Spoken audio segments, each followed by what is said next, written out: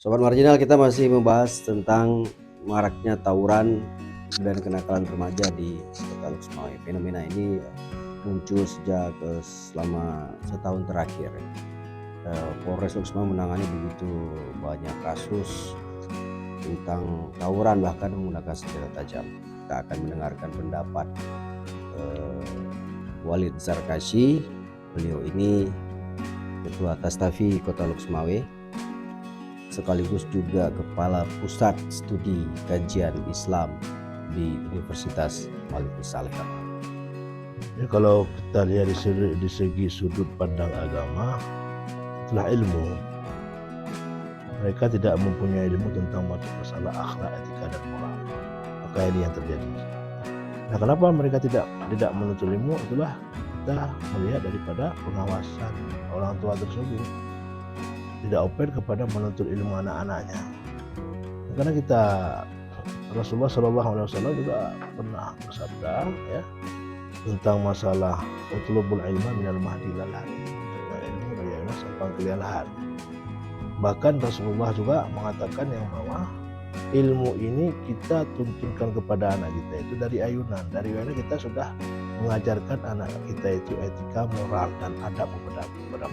Artinya dengan cara, kalau bahasa Aceh kita ngomong, dengan cara waktu anak kita mau tidur ataupun penuh, itu ada ratib yang dianjurkan, yang dibaca oleh orang-orang tua tersebut. Nah, itu sekarang sudah hilang sama sekali. Yang kedua, dikala anak-anak mereka itu meranjak kepada remaja, hanya dilepaskan untuk pergaulan bebas. Artinya mereka tidak open kepada anak mereka, mau jadi apa itu terserah. Nah, disitulah yang saya lihat kenakalan remaja terjadi sampai saat ini. Inilah karena ilmu mereka tidak punya, karena pengawasan mereka juga, orang tua mereka itu juga agak sangat-sangat kecil. Mengawas anaknya bukan hanya untuk mengawas anaknya, bukan untuk menuntut ilmu, tapi mengawas anaknya untuk di tempat-tempat yang lain saja. Nah, ini yang terjadi. Maka saya lihat gerombolan anak-anak datang di semua itu berbicara besar-besar, ketawa besar-besar, mereka tidak ada yang larang mereka. Nah, itu satu pengawasan daripada orang tua. Yang kedua, yang kita harapkan ini untuk efek jerahnya orang tua, maka itu diperlukan pengawasan yang lebih ketat lagi kepada pemerintah. Nah, pemerintah itu harus menyusunkan ataupun aturan-aturan tentang masalah remaja-remaja kita. Bagaimana cara-caranya? Kita lihat di daerah-daerah yang Timur Tengah misalnya, ataupun daerah-daerah yang mayoritasnya orang Islam itu, mereka membuat aturan-aturan yang mana anak-anak remaja ini harus keluar dan tidak boleh berkeluyuran sampai jam 10 malam ataupun 9 malam misalnya. Nah, bahkan kalau ada kita buat kanun itu di kampung-kampung kita, harus kita buat kanun bagaimana jam selesai salat maghrib sampai salat isya sekitar jam 8 itu diwajibkan semua warung-warung kopi itu jangan dibuka. Kafe-kafe itu jangan dibuka dulu. Tunggu selesai salat isya, tunggu selesai pengajian-pengajian yang diadakan di masjid-masjid. Itu yang penting sekali. Nah, anak-anak kita bagaimana? Anak-anak kita berikan ilmu mereka dari mulai jam habis maghrib sampai kira-kira jam 10 ataupun 9. Karena mereka terlalu kecil ilmu agamanya mereka. Kenapa? Kita harapkan di sekolah itu kurang. Karena sekolah-sekolah kita lihat sekarang itu keagamaannya agak kurang. Seminggu itu hanya 2 jam, bahkan ada yang 1 jam. Maka itu sangat kurang mereka. Bahkan pengawasan di sekolah juga karena keterbatasan keagamaan, pelajaran agama, maka agak kurang pengawasan di sekolah. Maka terjadilah kebebasan mereka dalam bergaul antara siswa dengan siswi tersebut. Tapi kan udah ada balai-balai pengajian sekarang ini, Walid. Kenapa harus dipaksakan juga pengajian kan sebagainya?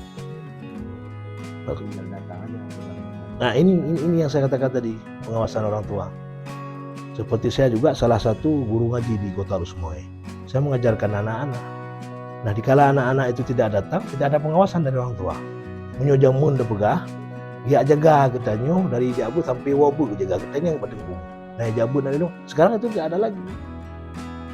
Sekarang kita lihat ada kelompok-kelompok remaja ini ya semacam geng kecil ya, membawa senjata tajam, melakukan tawuran dan bahkan berani melakukan kekerasan, melukai dan sebagainya. Fenomena ini kenapa bisa terjadi dan kira-kira apa yang bisa kita lakukan selain yang saya sampaikan tadi?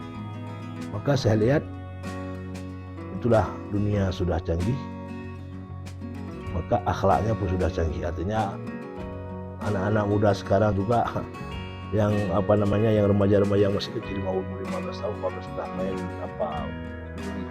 curi parang semuanya, itu kan seperti mafia Hongkong mereka. Maka inilah pengaruhnya, itu yang salah satunya adalah alat yang paling canggih yang sudah ada pada kita itu adalah HP ya. Apalagi bertambah tahun, bertambah zaman, HP itu bertambah canggih, bertambah zaman, bertambah canggih. Maka mereka dibiarkan oleh orang tua mereka selalu menonton film-film ataupun game-game yang memang ekstrim. Nah, disitulah mereka timbul. Apalagi mereka tidak ada pengawasan keagamaan pada diri mereka, maka cepat sekali terpengaruh. Maka kalau boleh kita kasih HP untuk anak kita, boleh, tidak masalah, tidak dilarang. Anak-anak bermain HP silakan, tapi harus ada pengawasan daripada orang tua. Apa pengawasan dari orang tua? Apa yang di dalam HP kita harus kontrol. Apa yang ada dalam HP kita harus kontrol. Apabila terdapat sesuatu yang tidak bagus dalam HP-nya, maka kita akan tarik HP-nya. Kita berikan sanksi pada mereka, anak-anak kita. Nah, kita ajarkan mereka cara melihat HP ini yang kemudian supaya menjadi ilmu bagi kamu untuk menghadap masa yang akan datang yang lebih parah lagi lewat daripada ini. Nah, ini yang kurang pengawasan. Orang tua membeli HP kepada anaknya, ya terserah dia mau main apa, mau bawa kemana, mau apa, jadikan apa, itu terserah. Ini pengawasan yang sangat kurang. Maka inti dari pembahasan ini tentang masalah terjadi kenakalan remaja inilah kurangnya pengawasan dari orang tua anak-anak tersebut. Yang kita lihat sekarang ini kan kontraproduktif antara masyarakat Islam. Islam kan rahmatan lil alamin. Sebaliknya kita lihat di Aceh ini malah tindakan-tindakan yang jauh dari nilai Islam dilakukan oleh para remaja ini. Mana yang masih terjadi? Sementara banyak sekali organisasi Islam yang tumbuh ya, persatuan Islam, macam-macam. Di sisi lain, hal seperti ini mungkin sesuatu yang agak sedikit aneh ya. Nah, di sini kita lihat, maka kan Tastafi ini tugas kami sebagai pengurus Tastafi, amanah daripada Abu untuk mengajarkan but semua but. Ini tugas kami, but semua but. Di kami mengajarkan itulah anak-anak. Nah, tugas kami dari Tastafi turun ke kampung-kampung untuk memberikan pemahaman keagamaan, baik itu fikih maupun tauhid maupun tasawuf kepada anak-anak kita supaya mereka mempunyai akhlak yang baik. Nah, itu batasan hanya 2 jam saja. Berbeda dengan orang pesantren, jangankan di kampung aja ya. Kita lihat di pesantren sudah ada seperti itu. Nah, coba kita bayangkan bagaimana kejadian kalau seandainya mereka tidak ada di pesantren. Lebih parah lagi. Maka itu perlu pengawasan tadi yang saya katakan tadi. Maka tugas kami Tastafi, semua itu memberikan pemahaman ilmu keagamaan bagian tauhid, tasawuf dan fikih kepada anak-anak kita. Begitu juga saya selaku kepala pusat keislaman ya adat Aceh di Universitas Maliku Saleh juga berusaha untuk membawakan mahasiswa-mahasiswi ke jalan yang terarah. Maka saya buat kajian-kajian keislaman di mahasiswa-mahasiswa terutama di LDK dan di LDF, di fakultas-fakultas ya, mereka sudah membuat kajian-kajian tentang keislaman. Itu sudah menjadi sebuah fenomena yang sangat bagus. Yang kita lihat mahasiswa-mahasiswa ini akan menjadi mahasiswa yang taat kepada Allah bila mereka selalu mendengarkan kajian-kajian yang telah dibuat oleh lembaga-lembaga yang ada di Universitas Maliku Saleh. Apa yang juga dilakukan ini kan kata-kata platform. Iya. Apakah juga perlu dilakukan di perlu, maka penguatan keagamaannya yang kita fokuskan di sekolah-sekolah. Ini yang perlu sekali. Keharapan kami kepada pemerintah untuk lebih banyak keagamaan jangan dikurangkan keagamaan. Jangan dikurangkan. Bila perlu di pesantren-pesantren itu kita panggil guru-guru daya ya, untuk memberikan kajian-kajian keislaman kepada anak-anak kita tentang masalah fikih, tauhid dan tasawuf. Ini yang perlu sekali kita turunkan anak-anak tungku-tungku daya yang sudah menjadi dewan guru daya, turunkan ke sekolah seperti yang sudah dibuat dulu oleh pengurus Kastafi Pidijaya dulu itu waktu ya ini siapa yang bupatinya sekarang Pak Ayub Jadi kolaborasi tentang kepemimpinan atau wali kota ataupun bupati itu bekerja sama dengan lembaga keagamaan, menurunkan guru-guru agama yang dari pesantren itu memberikan kajian-kajian keislaman kepada mereka anak-anak kita yang SMP tadi. Nah, ini insya Allah kalau seperti itu yang kita buat, insya Allah sedikit demi sedikit insya Allah anak-anak kita akan menjadi lebih baik daripada yang dulu-dulu insya Allah. Nah, ini terakhir. Apa yang harus kita lakukan untuk mereduksi pola perilaku remaja kita sekarang ini yang mungkin sedikit ekstrim dan menganggap kekerasan itu hal yang biasa, khususnya di Loksmawe. Maksudnya sekali lagi? Sekarang kan kita lihat kita ini suka ngumpul, kemudian ribut, barang, begal dan sebagainya. Sekarang ini ya, apa yang harus kita lakukan dalam waktu dekat ini agar dia tidak berkembang, tidak berlanjut?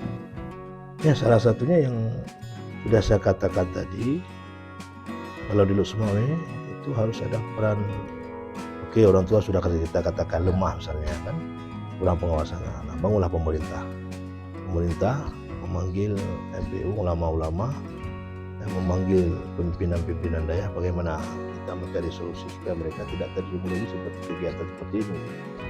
Kita buat suatu musyawarah tentang masalah keagamaan, apa kita berikan kepada mereka. Apa kita berikan kepada mereka, kita akan turunkan tim-tim tersebut, buat tim untuk menjaga mereka, artinya untuk memberikan ilmu kepada mereka. Seperti saya katakan tadi, maka berdayakan daya-daya, guru-guru daya untuk turun ke sekolah-sekolah, kearifan lokal untuk kita kearifan lokal. Masalah itu terserah, maka berikan ataupun kita berikan penayah untuk guru daya untuk turun ke sekolah-sekolah untuk memberikan pemahaman keagamaan kepada mereka. Itu solusi yang terbaik saya lihat. Kalau tidak seperti itu tidak akan terjadi hal tersebut. Karena mereka malam hanya mengaji 1 jam saja, maka 1 jam setengah setelah itu kalau ada yang menyonai jabul, ada anak tu balik kan, belum tentu dia sampai ke balik. Kenapa? Karena pengawasan orang tua itu. Maka pemimpin itu, kalau kita mengharapkan pengawasan itu lebih ketat lagi daripada orang. Tapi walaupun demikian, pemimpin juga harus bertanggung jawab dan mereka harus mencari solusi supaya hal ini tidak terjadi lagi. Bagaimana solusinya? Duduklah pemimpin umarah dengan ulama dan juga pimpinan ya, bicarakan masalah bagaimana ke depan agar lebih baik anak-anak kita. Itu saja yang dalam pandangan apakah kondisi sekarang ini cukup baik? Ini saya lihat, kalau saya lihat di koran-koran itu ataupun di Facebook saya lihat itu cukup bahaya. Dan yang belakangan ini sudah terjadi sekali ya. Bahkan pemukulan yang dilakukan oleh anak-anak remaja kita ini sangat seperti mafia Hong Kong. Bukan lagi perangainya orang Indonesia. Ya, model bacok-bacok itu ke mafia Hong Kong, itu seperti orang mafia sabu-sabu aja itu. Nah, ini sangat bahaya. Maka kalau tidak ada turun tangan pemerintah hanya mengharapkan kepada keaktifan orang tua, ini akan terjadi. Tidak akan selesai. Maka cari solusi. Panggil tokoh masyarakat, panggil tokoh agama, cari solusi bagaimana kita akan membuatkan kanun-kanun di kampung itu tentang masalah remaja-remaja kita. Seperti dulu pernah saya lihat itu dibuat oleh Cik Man ya, Bupati Aceh Utara ya, yang dibuat kanun yang bahwa kalau ada remaja-remaja yang di warung kopi duduk tangkap. Waktu selesai maghrib ada remaja tangkap. Tugas mereka sudah maghrib itu belajar agama. Nah, dan tugas mereka belajar untuk sekolah besok. Kalau keluyuran hanya diberikan waktu sekitar 2 menit saja. 1 jam saja. Itu mereka harus dengan keagamaan. Maka saya kira intinya kalau anak-anak kita itu sedikit agamanya itu tidak akan tidak akan bisa kita fokuskan kepada mereka. Maka berikan pemahaman agama seluas-luasnya kepada mereka, supaya mereka bisa menjadi orang-orang yang berguna bagi agama dan nusa dan bangsa kita semua, generasi kita ke depan. Ada masalah sekarang. Cukup berat masalahnya. Ya, mana masalah? Masalahnya yang pertama ini, mohon maaf ya, saya mengatakan pendidik. Ini pendidik itu harus menjaga, ya, batasan-batasan dengan siswa-siswa tersebut itu harus ada tentang masalah etika. Maka saya harapkan kepada pendidik, misalnya guru itu guru matematika, sebelum mereka mengajarkan matematika 5 menit 10 menit ajarkan mereka akhlak dulu. Jadi yang saya harapkan kepada guru-guru, walaupun bukan guru agama, kita jangan mengharapkan guru agama saja itu yang memberikan etika kepada mereka. Jangan. Guru agama mesti itu pekerjaan, bukan, itu tugas kita semua. Ada guru bahasa Indonesia, ada guru matematika, ada guru IPS. Sebelum mereka mengajar ilmu mereka, itu ajarkan dulu kepada anak-anak didik mereka itu tentang akhlak dan etika moral.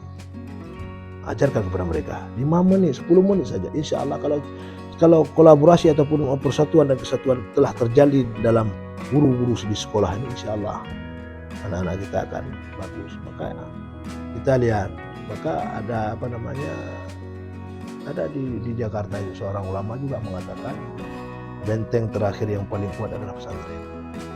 Maka kita kan dapat menilai. Berarti kalau di sekolah-sekolah apa terjadi? Nah, inilah terjadi. Maka benteng yang paling utama di Indonesia ini yang paling kuat adalah pesantren. Anak kalau sudah ke pesantren, insya Allah mereka akan baik. Maka kita harus beri di sekolah. Kalau anak-anak kita juga tidak mau ke pesantren, maka padukan di sekolah itu ada pesantren dan ada sekolah. Itu insya Allah. Maka saya teringat dulu kata kenapa Abu Kurungkali ya tidak setuju dengan sekolah, dan ulama-ulama mengatakan itu bajai pula. Mereka mengetahui inilah yang terjadi sekarang. Ini fakta bukti. Yang mereka mau dulu adalah sekolah-sekolah tapi ada tempat pengajiannya. Misalnya di YN sekarang sudah ada Mahat Ali, di Unimal di Bali insyaallah di masjid sudah ada seperti. Kalau seperti itu ada mahasiswa masuk ke situ, begitu juga di di SMP SMA itu seperti itu. Ya, artinya kalau bahasanya kita dayah masuk sekolah istilahnya. Dayah masuk sekolah, seperti dayah masuk kampus. Nah, itu seperti itu. Jadi insyaallah mereka akan bagus diberikan oleh Allah. Baik, terima kasih.